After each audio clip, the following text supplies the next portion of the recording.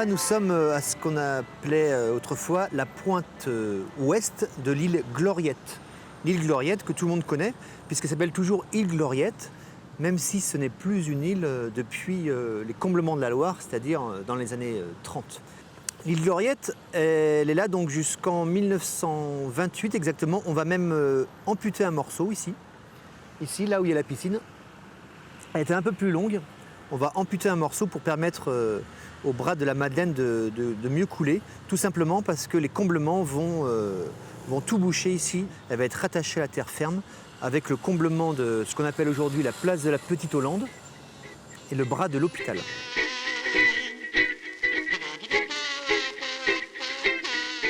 L'île Gloriette, ce qui est rigolo aussi, c'est que derrière, tout au fond, on aperçoit une église. C'est l'église de la Madeleine, en fait, sur cette carte postale du début du XXe. Et cette église, elle n'existe plus non plus.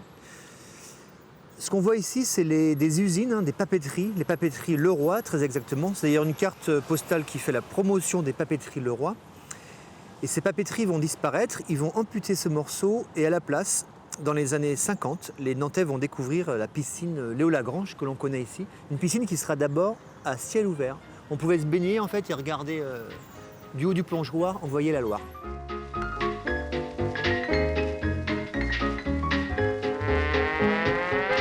Le bateau que l'on voit, c'est un petit bateau à vapeur, comme il existait plein de petits bateaux à vapeur, les fameux Roquio.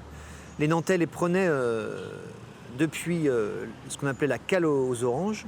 Et là, on s'aperçoit qu'ils filent sûrement vers Trentemoux déposer ces petits passagers nantais qui vont s'encanailler à Trentemoux, c'était bien connu. Trentemoux, c'était un peu le village des guinguettes. On allait faire la fiesta là-bas. Et souvent, sur les cartes postales, les photographes, évidemment, le photographe a attendu le passage de ce petit bateau à vapeur atypique. C'est un peu les ancêtres des navibus.